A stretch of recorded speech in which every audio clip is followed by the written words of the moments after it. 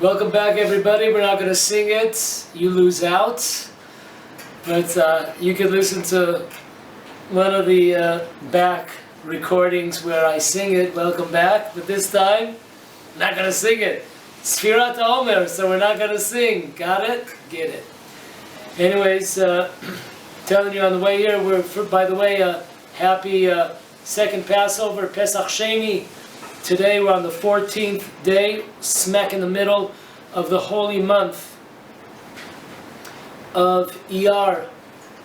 Yeah? And it's really like been a doozer here in the Holy Land last couple of days. Been really, one of these like hell kind of weather outside.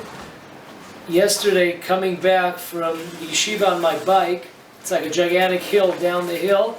I tell you, I felt like, literally, with no exaggeration, like I was in an oven. I'm going down this hill on my bike, and I feel like I'm stuck. This oven with boiling air is just like on me. My whole body is like heating up from within. Remember the Wicked Witch of the East, I think she was, She's melting, ding dong, the witches, yeah. Anyways, that's how I felt, kind of. So, anyways, it's really a luxury to be here in the Holy Apple here. We have the AC going on here, 22 degrees. Can't beat it here. I don't know if I'm going to leave. Okay, folks, the subject of today, and whoever's writing it, get it right here. It's called Sfirat HaOmer, counting of the Omer, like you've never heard. Like you've never heard. So if you said, oh, I've heard about that Sfirat HaOmer, no, believe me, I doubt you heard what we're about to lay on you. So put on a seatbelt or two, might be a good idea, and we're going to go for a real ride here. Okay. Our first source is the Talmud, the tractate Yevamot 62, side B. A famous Talmud. Gemara tells us there that 12,000 pairs of students, 12,000 times 2 pairs is 2. If you're ever in a Talmudic seminary, a yeshiva, you'll see that people learn with 2s. As they say in yeshiva, 3 is a crowd. So we learn with 2 people. It's called the chavruta. So 12,000 pairs, or 24,000. And by the way, believe it or not, also you probably never heard this either, but there is an opinion amongst the sages that 300 students of Rabbi Akiva died, not 24,000. 12,000 times 2 is 24,000. No, actually there's 3 opinions. One is 24,000, one is 12,000, forget the pairs, just 12,000, and the third opinion is 300. So you heard it here first. Question is, we'll go according to the popular opinion of 24,000. Does that number ring a bell? Ding! Does that number ring a bell for any of us? And it should. We gave it the office, Mike. It should. Okay, so let's go back. We have in the 40th year of the journey in the desert. Jewish people are in the last year of the desert. I'm sure they're pretty happy about that one. And those that were fortunate enough to make it to the end of the journey, as we know, most people did not make it. The generation was wiped out. But those that were fortunate to make it, the Jewish males become involved with the daughters of Moab, and which is a big, no-no in Judaism. And because of this, their 24,000 Jews were killed. 24,000 Jews were killed off by God. And believe it or not, they were all from one tribe, from the tribe of Shimon. Tribe of Shimon.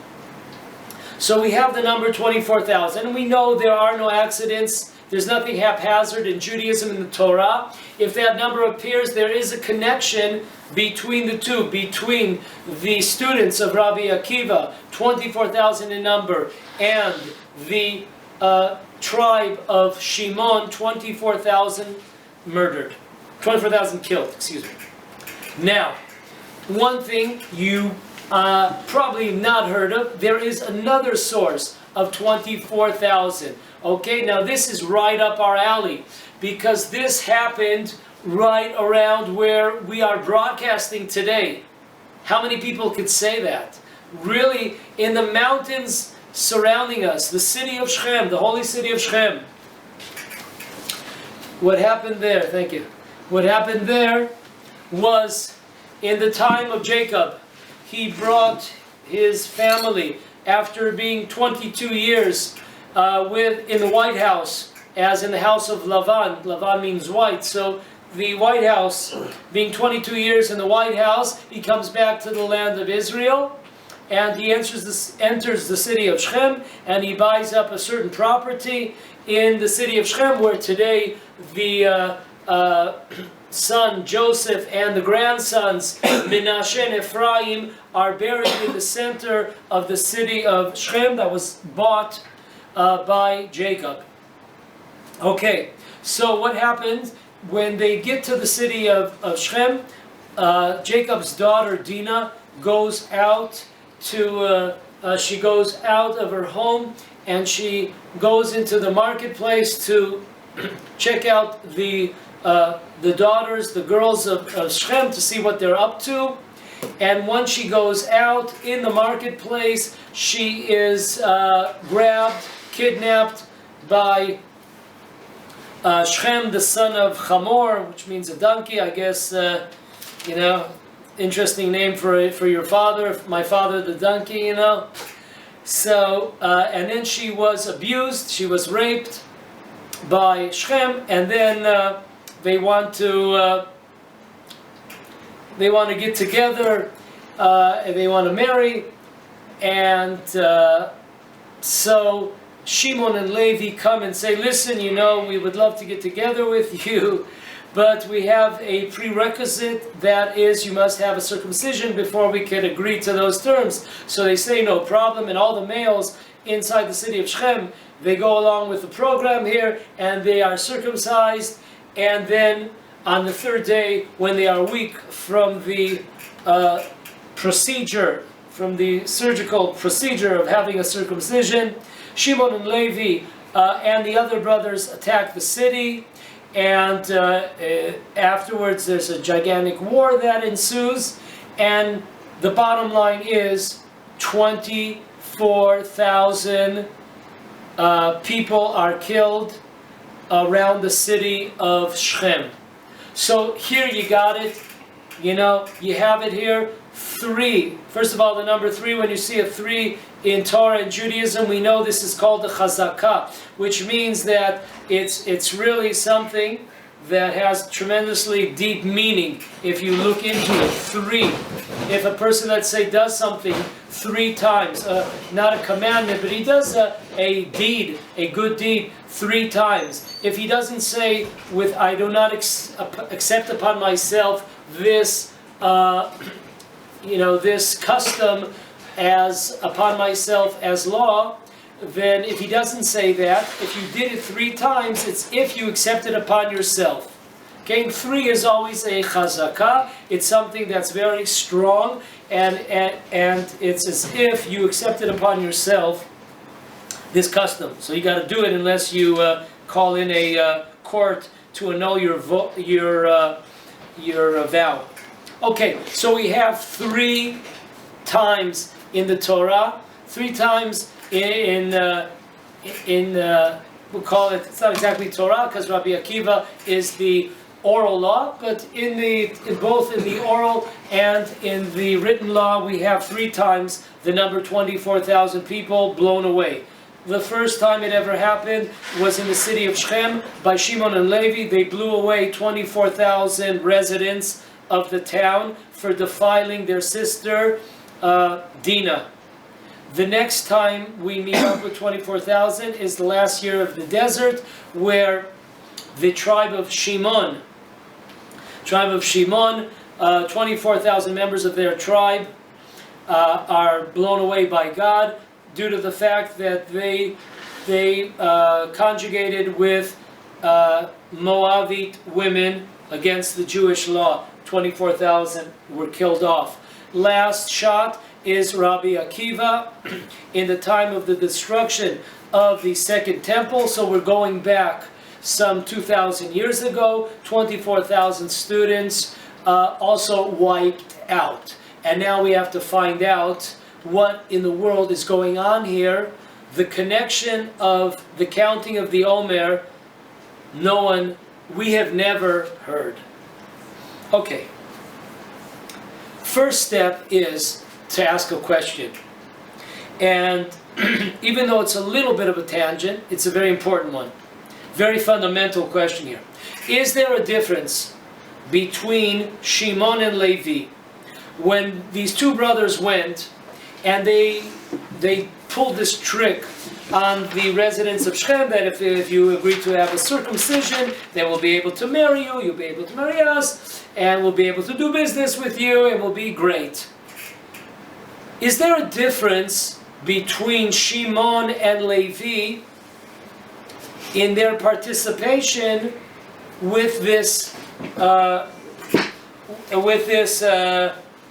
vengeance act that they took?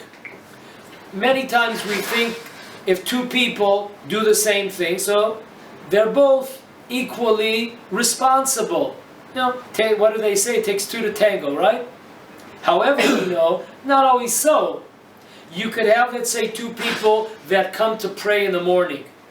Okay, they both come to pray at the 8 o'clock minyan. And so you say that they're both on the same level. Not so at all. Why?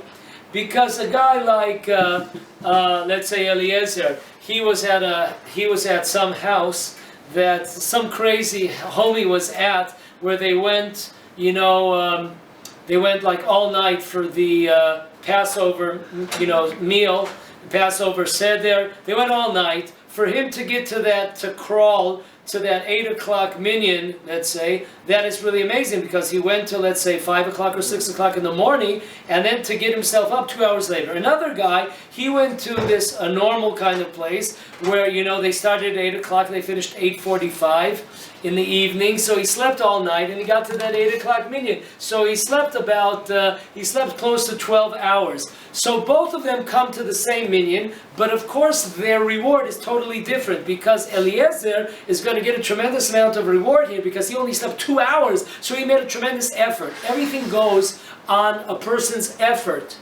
So, for example, I have in the one of my classes in the Talmud Torah, I have a kid who we learn a lot of things by heart, and he doesn't have a good memory, one of the kids.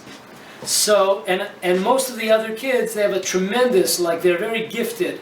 They hear something 2 or 3 times, they remember it. So I always tell him, there's one kid that it's very difficult for him. He has to go home, and he does 20 minutes every night, and he reviews what we learned in class.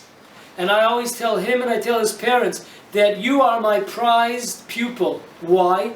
Because it doesn't matter that other people are able to do it in 5 or 10 minutes. That Hashem doesn't really care about. But you have to make a serious effort in order to retain the information.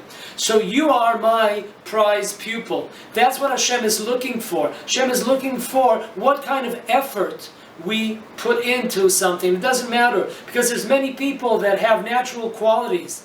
That's Hashem not looking for. He's looking for what we have to really make an effort for. That's what he's looking for. Okay, so we see sometimes two people do the same thing, and they're both considered to be in the same pot. My son was caught with 2 other people. It wasn't caught, actually, it's a long story, but in the end he was tried with 2 other people for a certain mitzvot that he did against the enemies of the Jewish people in the land of Israel. and though my son, his level of participation was very, very minute, he received exactly the same sentence as other people who were much, much more, much more active in the actions that took place. So it doesn't matter. They were all judged. You know, you did 10% of the act, you did 70%, you did 30%. They were all given pretty much the same sentence. And other times, there's a difference. So let's look into Shimon and Levi. Unbelievable Torah here. We are going to learn a tremendous. Next time, people expect the students of Rabbi Kahana to be able to give unbelievable answers about what happened in Shechem, that city of Shechem. Again, if you ever noticed, one of our centers is very, very close to the city of Shechem, in the Holy Apple here. Very, very close. It's not by chance. So let's look into it. Chazal say the following. In the portion of the week of Pinchas, in the fourth book of the Torah, Bamidbar, Numbers 25:11, Chazal say the following. Here, Chazal are talking about Pinchas, who was a zealot for the sake of Hashem, at the time where Jewish men were getting together and having relations with non-Jewish Moabite women. Okay, so it says, Moshe Rabbeinu, before he passes away on the 7th of Adar, he says the following. He praises Levi, and he says, Uli Levi amar tumecha ve'urecha lish chasidecha. He calls him a chassid, a very righteous person. And he becomes one of the leaders of the Jewish people. So Chazal here ask, what happened to Shimon?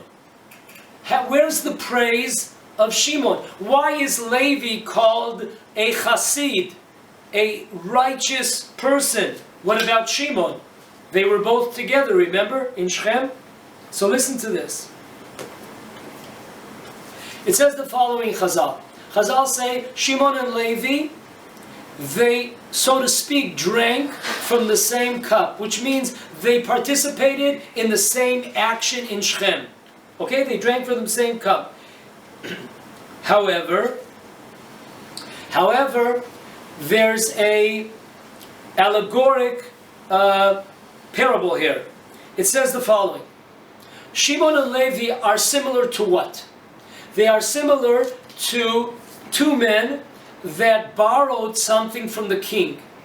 One man, will call him Levi, borrowed something from the king being God, and not only did he return to the king what he borrowed, he actually afterwards, after he finished, paying off his loan, he also lent money or objects to the king.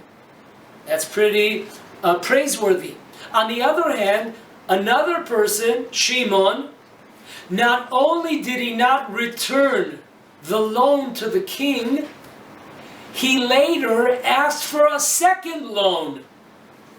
Sometimes a person has like what we call a gemach, a special charity that you try to help people out. Sometimes I have people that come over and, I look on the list and I said, well, you know what? You've been here before and you haven't returned the first time you borrowed money here. You want to come back again, It's not a comfortable position to be in.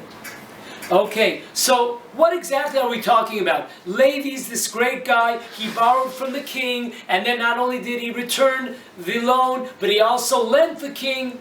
And Shimon, he's kind of like the bad guy. He also borrowed from the king, and not only did he not repay the king, but he also borrowed another time from the king. What is going on here? So listen what Chazal say. It says the following. Levi borrowed from the king being God. What does that mean? It means Rav Menachem Kasher was a tremendous scholar in our generation, the author of the unbelievable work called Torah Shlema. Unbelievable. It's like 12 volumes, thousands of pages, of his, he really opens up the Torah, and he brings all sources from all the verses of the Torah. He brings down where they're found in all sources. And he writes, what does it mean? It means that Hashem saw the actions that took place in Shechem by Shimon and Levi. And he calls a timeout on the court. And he says, you know what? Let's check out what's going to be with Shimon and Levi in other cases in their life. Are they going to do similar actions for the sake of heaven? And then I know that what they did in the city of Shechem by blowing away 24,000 people, that was okay, that was cool. Or are they going to do similar actions in the future which will show that they have, bad motivation, bad intentions? So let's see. So let's look at it. Levi goes out and blows away these people in Shechem. Hashem says, okay, let's see Levi how he's going to act in future incidents. So what happens? There is a future incident. It's called the golden calf. So Moses cries out, hey, who wants to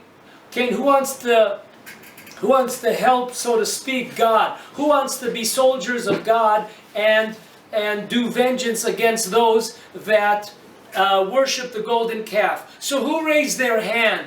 Once again, Levi. Wow, Levi, you're looking good. Just like you stepped up to the plate and you were zealous for your sister in the city of Shechem, for God's honor in the city of Shechem, you were zealous when it came to the sin of the golden calf, which is a sin against God. Because sometimes people are very zealous when it comes to honor of people. But when it comes to honor of God, you can't find them anywhere. You can't, they're nowhere around. And then you have people that for the honor of God, they're willing to go to the end. But for the honor of people, forget about that, man. They'll just step on you, no problem. Our ideal is to be also zealous for honor of people and zealous for the honor of God. That's what we should bless ourselves with. Okay, so Levi, you're looking good. You're a zealot 2 times. One for the sake of your sister and one for the sake of God. And then we said that not only did Levi return the loan, which means that now Hashem sees that Levi is true.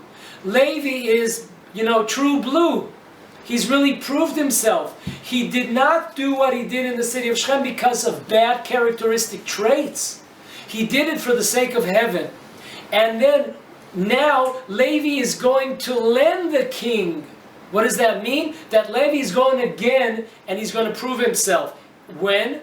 In the time of the last year of the 40th year in the desert, when the Jewish men of the tribe of Shimon, when they go and have relations with the Moabite women, what happens? Who goes and blows them away? Once again, members of the tribe of Levi.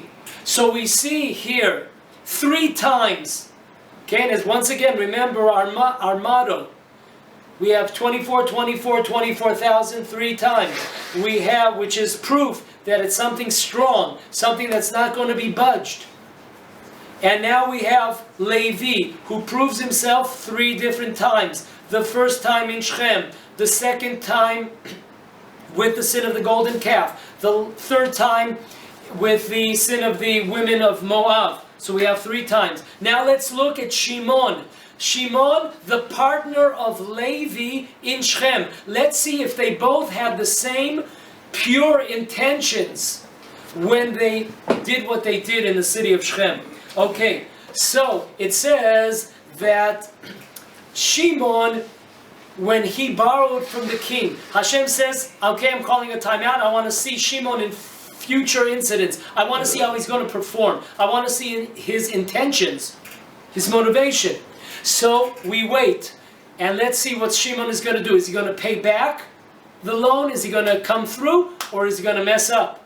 So let's take it to the second step. So what's our second step?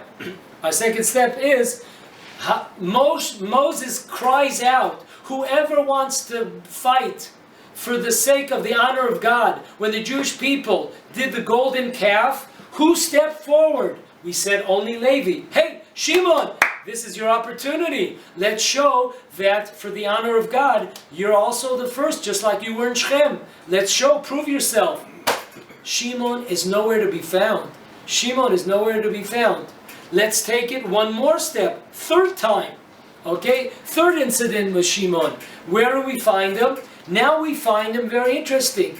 Who participated in the sin of illicit relations with the daughters of Moab? No other than the tribe of Shimon. This is unbelievable.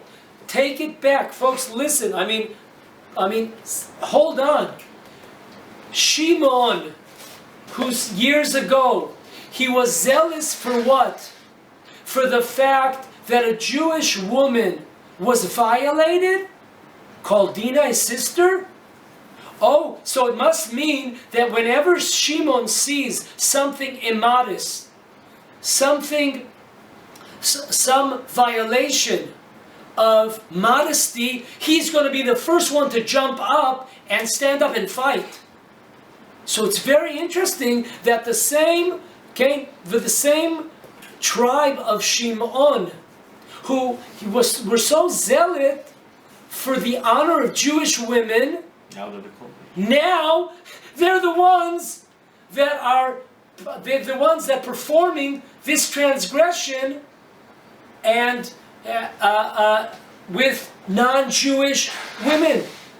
It's unbelievable. It's like a smoker, like he's telling other people, like, you should really not smoke. 1 second, but you're smoking yourself, Jack. I mean, you're telling me to be healthy? Okay, let's, be an example here. So it's unbelievable. Folks, we see that even though Shimon and Levi participated in the same action, killed people in the city of Shechem, there is a clear distinction between the two. Levi goes on to be a leader of the Jewish people. They are the priests. They are the teachers of the Jewish people. They are the ones that work in the temple. So we see two people could participate in the same action, and their intentions, their motivation, what goes behind their actions, totally could be opposite even. So we see a tremendous difference, a rift between the two brothers. Now, very interesting, we're going to see another action that Shimon and Levi participated in both, and we'll see again a difference between Shimon and Levi. What's the second action that they both participated? We know that the idea to blow away, to kill Joseph, was the idea by Shimon and Levi. They both had this idea. However, the question should be asked, once again, two brothers participated in selling Joseph. Are they both on the same level, degree? Do they both have the same responsibilities? Or are they different? And we'll see once again, just like what happened in Shechem, we'll see a tremendous difference between Shimon and Levi, though they participate together at the beginning. We'll see a difference between them. Now we are in Breshit Rabbah 84:16, and it says the following. It says that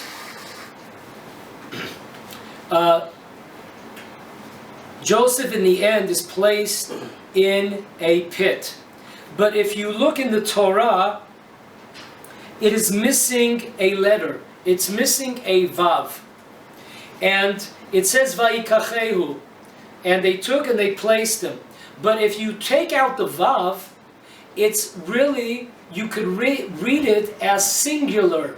Vayikachehu with a vav means they took. But it doesn't use a vav. It takes out. and it's there to teach us something. If the Torah removes or if the Torah adds a letter, it's there to teach us a lesson. What's the lesson here? So the Chazal, our sages are telling us that there was only one person that placed Joseph in the pit. Which one was that? Was that Shimon or was that Levi? So listen to what Chazal say. Mi hayazeh, who was this? This was Shimon. When was he paid back? When was he paid back? He placed Joseph, singularly, he placed Joseph in a pit. When did Hashem pay him back? Remember the time when the brothers come down to Egypt, and because the food, there's a famine in the land of Israel, and there is no more food left. So they go down to Egypt in order to buy up food. And then Joseph catches them and he says that they're spies. And he says, listen, I want to send you back to the land of Israel. And I want you to bring your youngest brother, in order to prove you that you're not spies, I want you to bring your youngest brother Binyamin down. Back to, then I'll know that you're really true. You know, you're honest. So who does Joseph decide to put in the pit, so to speak? To put in the slammer, in the clink? Who does he put? Shimon! Unbelievable. Hashem pays measure for measure. You went singularly, and you went single-handedly and put Joseph in the pit. Joseph is going to put you, man, in the pit, calling it the prison. Not only that, why? Because if you think about it, it is true that the sages say that Joseph was worried about Shimon and Levi being together. So he wanted to separate them. That's very nice. But why didn't he take Levi and put him in the slam? Why? Because he understood that there was a difference between Shimon and Levi when it came to the selling of Joseph into slavery, down to Egypt. He knew that there was a difference in the severity of the actions. He knew that Shimon was much, much more involved, and his responsibilities were greater, far greater than Levi. Where do we see that? It says in Tanchuma, in the portion of Vayeshev, in paragraph 13. It says, after Shimon had placed Joseph in the pit, Shimon commanded other brothers to grab rocks and throw it at Joseph in the pit with the intentions to kill him. Who gave the commandment? It was Shimon that gave the commandment to... We're in Tanchuma in Vayeshev 13. So we see here an important lesson in life. You could have 2 people, you could have 10 people, 100 people that seemingly are doing the same action. They will all be judged, or many of them will be judged very, very differently depending on their participation, their responsibilities, their, sometimes your health, whatever, it could be in a lot of different ways, your effort that you put in. So usually in life there's difference between people. And we see here in 2 cases, a totally split rift between Shimon, who comes out looking not good, and we have Levi, who comes out looking good. Okay, now, is there any source? We've blocked together 3 events in Jewish history. The event in Shechem with Shimon and Levi, killing 24,000. The event in the desert, Hashem wipes out 24,000 Jews in the tribe of Shimon. And the wiping out of the students of Rabbi Akiva, 24,000 in number. Is there a source that shows us, that combines all 3 events and shows us that there is a connection, or is this something haphazard? And of course, the number 3, you know there has to be a connection here. And our next source is the very, very holy book called the Megaleh Amukot. The Megaleh Amukot, just understand who the Megaleh Amukot is, which means, literally it means that he is explaining to us, he is informing us of secrets, of tremendous secrets. The Migaleh Amukot has 515 explanations of what exactly, when Moses wanted to come into the land of Israel, we know that he prayed 515 prayers in order to get into the land of Israel. And for each of those prayers that he gave, there's a whole, pages and pages of explanations given by this holy book called Migaleh Amukot. So here's what he says. We're in Migaleh Amukot, we're in the 88th explanation. 88th explanation. Here's what he says. If Moses would have came into the land of Israel, he would have purified all the evil in the world, and therefore the temple would have been built, the Jewish people would have been redeemed, and as we say on the Warner Brother, that's all, folks, or that's all she wrote, or the fat lady is sung. But that's not the way it went down. Moshe had a few issues, a few shortcomings, and it didn't work out that way. But that was the way that it was supposed to go.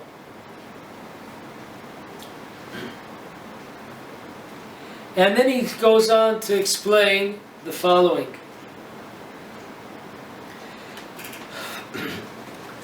There was a certain lack on the part of Moses. In which case, probably a case that you're not thinking about. If you think about it, the leader of the tribe of Shimon, his name was Shlumiel ben Surishadai.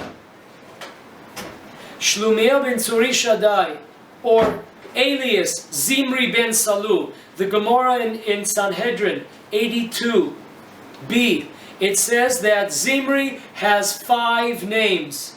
Okay, and he has 5 names. I guess if you're like trying to escape from the authorities, it's good to have a few names, a few passports ready to go. So anyway, Zimri ben Salu, one of his names was Shlumiel ben Surishadai. None other, if you could believe it or not, Ripley's believe it or not, he was the leader of the tribe of Shimon. Okay, a righteous person. This class is not going to delve into why in the world did this happen. Why is a leader of the Jewish people fooling around, so to speak, God forbid, with Gentile women? What's going on, bro? Good to see you. What in the world is going on? So we have to understand one important principle here. We're not dealing with people on our level. We're not dealing with people in our generation. We're dealing with spiritual giants. And we know that there was a lot of spiritual weight behind their actions, behind their deeds. Now they were incorrect, they were wrong, but we have to understand that there was a lot behind the scenes what's going on. It's not that they were looking for, to mess around with non-Jewish women, something that we see perhaps in our generation or the previous generations. We're talking about giants. Okay, we're talking about giants. So we have to always remember that when we're dealing with our forefathers, when we're dealing with people in the Bible, people in the time of the Talmud, the oral law, we're dealing with spiritual giants. They did make mistakes, and we must learn from them. But we have to understand what was their mistake, and it wasn't our mistakes. You could have in the army, something goes wrong. They're not going to hang the low-ranking officers. The new kids on the block that just enrolled in the army, but they're going to hang the people that are the big guns in the army, because they should know better. They have more responsibilities, more experience. They should have seen this coming down. That's what we're talking about. We're talking about great people. We're talking about people that it's even hard for us to fathom the greatness of who they were. Okay, but let's go on. So, we know that what happens is the leader of the tribe of Shimon, he comes up to Moshe, to Moses, and he says, listen, am I allowed to have relations? He's going hand in hand with a woman. Her name is Kozbi Batsur. She happens to be of king. She's like from the lineage of a king. She's like a princess, believe it or not. She's not, some trash. And they come hand in hand, and he says, Moshe, I want to know if I'm allowed to, join up with Kozbi Batsur. Am I allowed to, have relations? Am I allowed to, get together with such a person? And Moshe, it says Moshe forgets. He forgets what the law is in such a case. So he keeps quiet. So there's some kind, why did Hashem create a situation where Moshe forgot?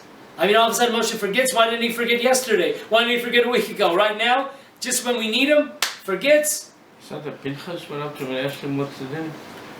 No, Shulumiel ben Surishadai. Or Zimri, alias Zimri, right? It's 5 names. Okay? He comes and asks, Moshe says, listen, I want to know what the Jewish law says about this, about my, connecting with this woman. Is that okay or not? So he doesn't remember the law, and so we know that there is some kind of lacking in Moshe here, on this case. And we also see this in the portion after Pinchas, when it comes time to do war against the nations that brought us to a spiritual fall, those that were responsible for the women of Moab. We see once again that Moshe, he's telling other people to go out, but he himself is not leading the charge. Why not? Why aren't you leading the charge here? So there's some kind of very small, minute kind of piece missing here with Moshe. I thought that Moshe had lusted to take the command against, it says... Sure, but he arranged for other people to do it. Okay, the question is, why didn't he go and do it? Moshe Rabbeinu didn't have any problem when he saw an Egyptian, hitting on a Jew. He didn't have any problem to blow the guy away. He didn't have any problem when it came to, when he saw the daughters of Moab that were being bothered by, the daughters of Yitro, that they were being bothered by shepherds. He didn't have any problem, to blow them away and to kill them on the spot. So we see that there's something here, there's some kind of, a little bit, it's microscopic, but there's some kind of hesitation here, some kind of lack.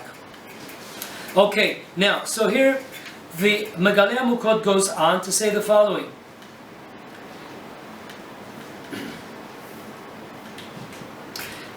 Zimri was from the tribe of Shimon, and because of their actions, 24,000 died from the Jewish people, from the tribe, from the tribe of Shimon.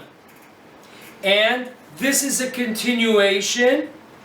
Why? Because Shimon, once again, notice it doesn't say Levi here. It says because Shimon killed 24,000 in Shechem.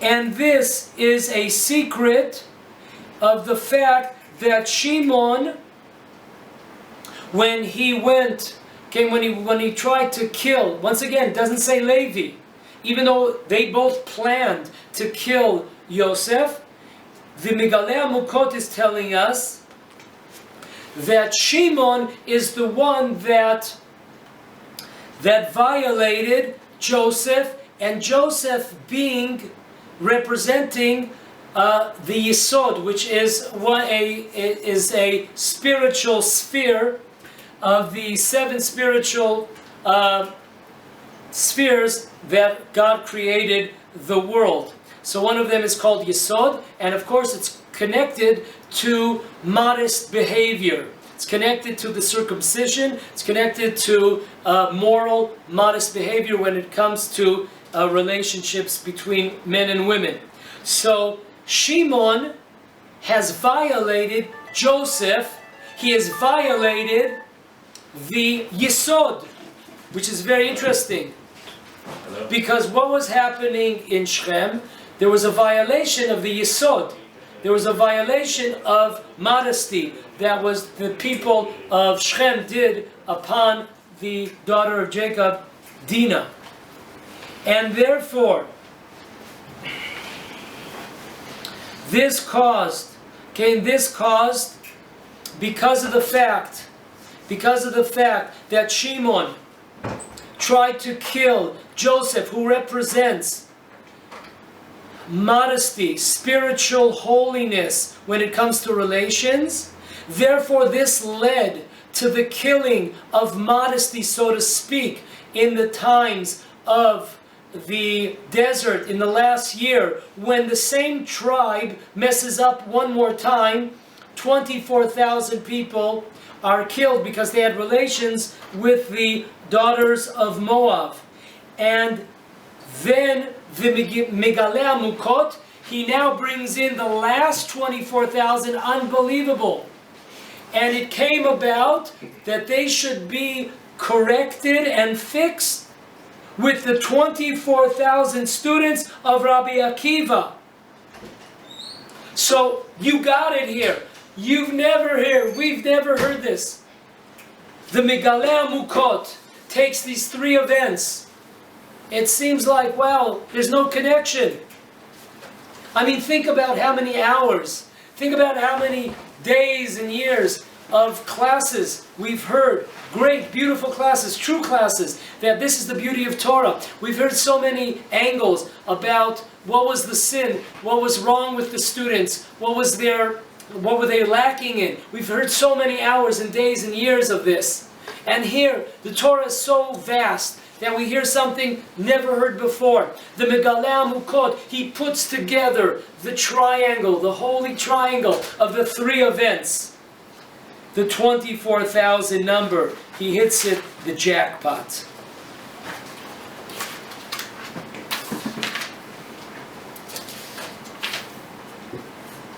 By the way, for those who are saying to themselves, hey, it doesn't say in the Torah, it doesn't say in the Bible that the 24,000 that were blown away, that it does say 24,000, it doesn't say they were from the tribe of Shimon.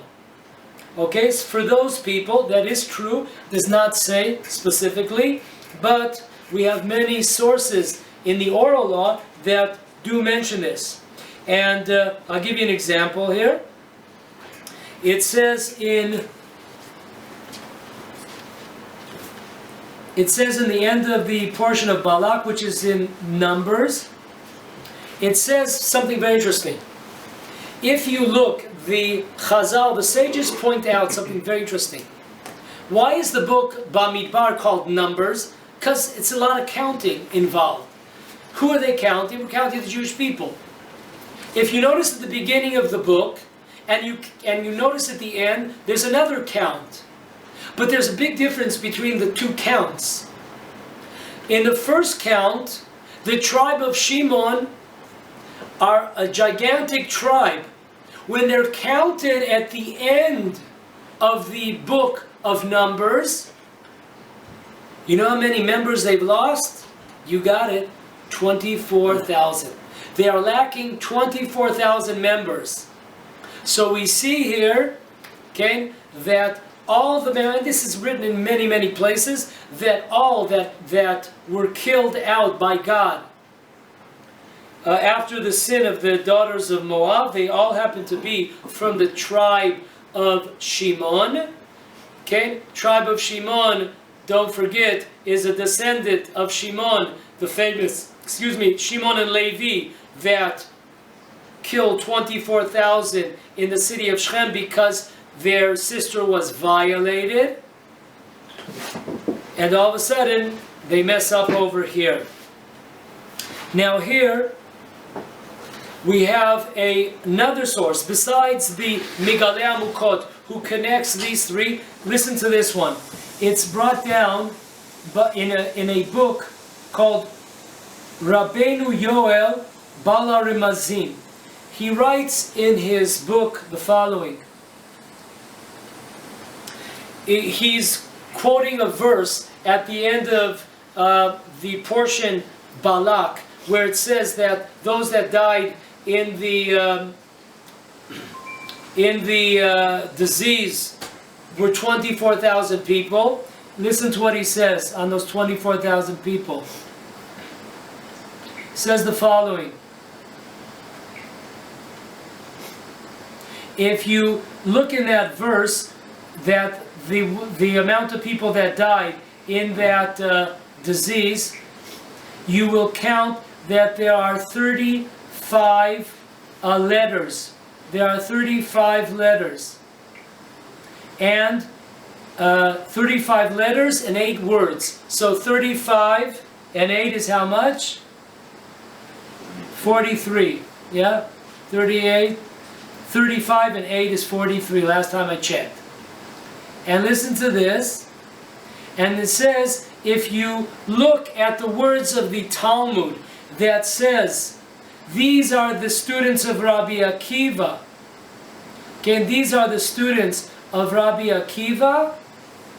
You will see that there's the same amount of letters are in these two verses. So, the book, Rabbeinu Yoel, Bala Remazim, in his book, he points out that if you notice, the same verse that talks about the 24,000 people that were killed out in the desert because they messed with the daughters of Moab, it has the same amount of letters as the Talmudic expression of the students of Rabbi Akiva.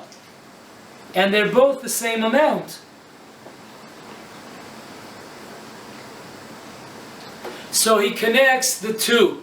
Both these, okay, he connects, he is successful in making the connection between the 24,000 students of Rabbi Akiva and the 24,000 Jews that were blown away by Hashem because of their sin. So he puts the two together.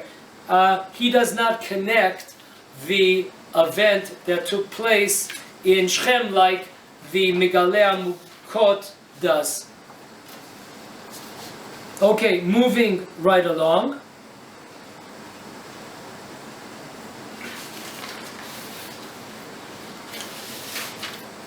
We're going to at least start an unbelievable understanding here. We have,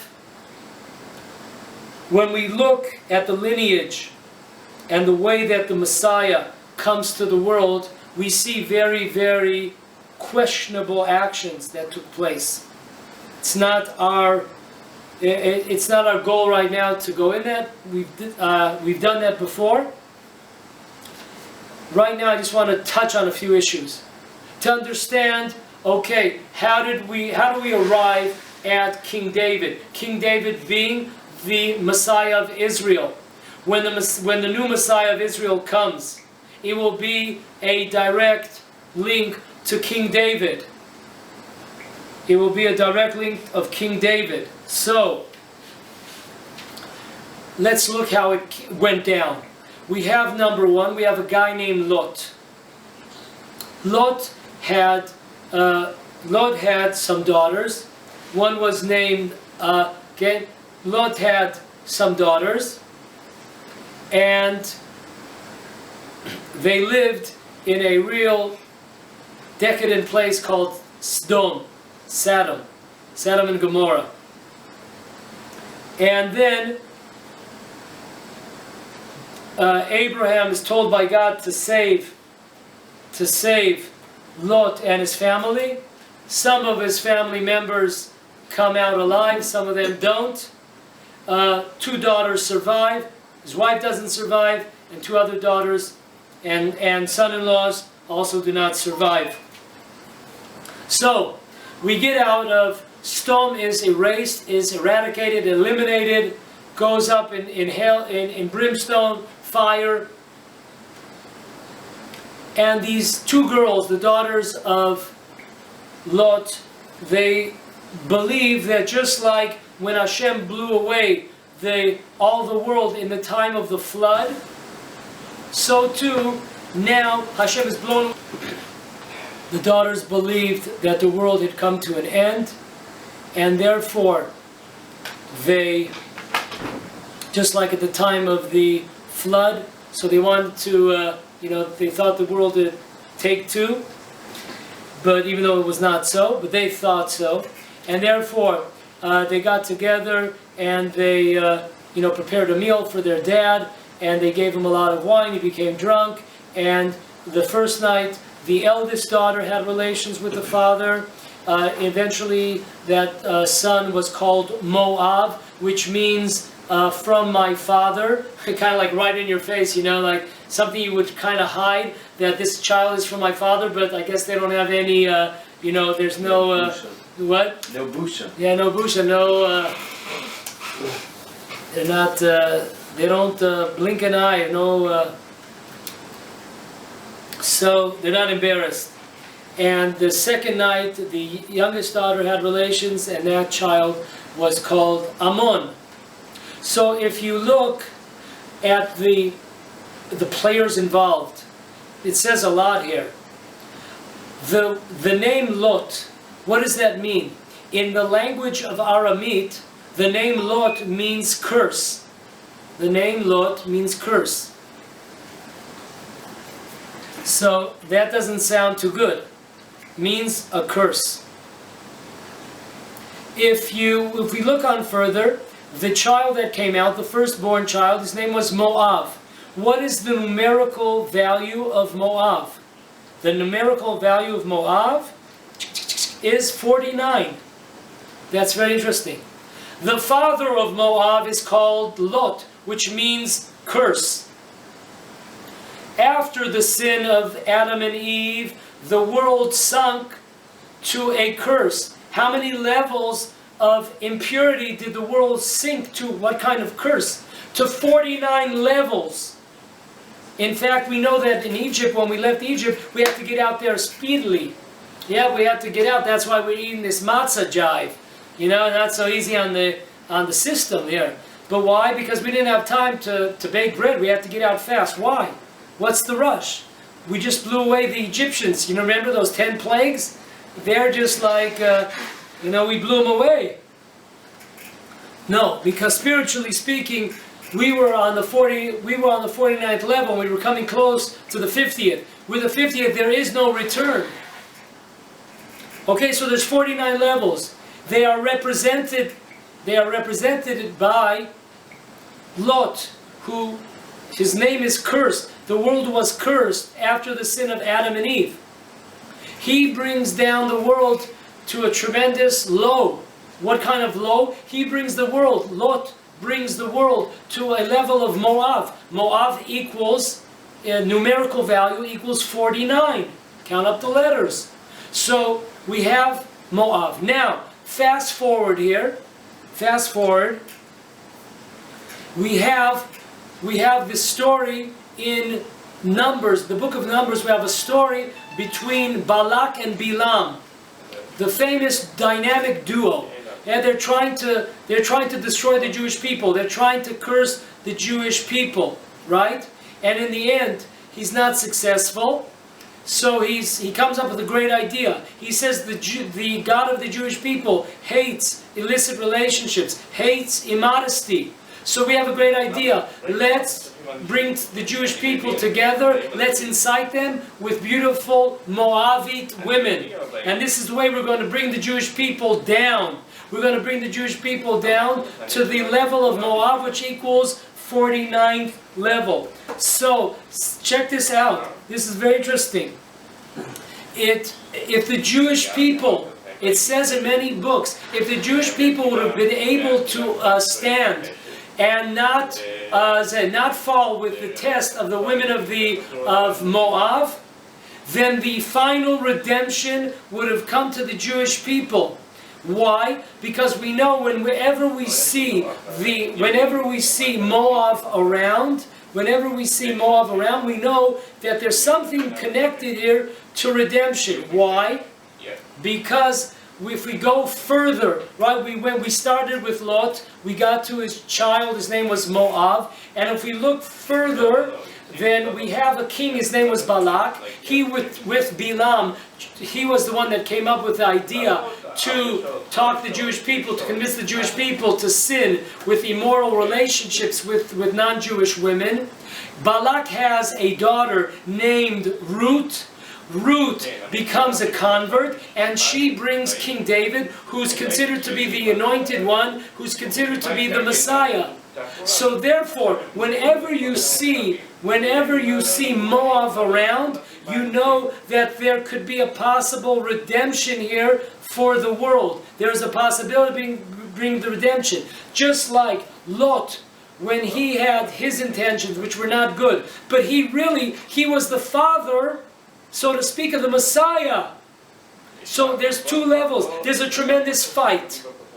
On one hand, whenever Moab's involved, they understand the consequences. They understand what's at stake here. At stake here is, are the Jewish people going to be victorious over us? 49, which is the 49th level of purity, and bring on the redemption, the 50th level? Or are we going to bring them of tremendous fall and bring them down to the 49th level, which is our name, Moab?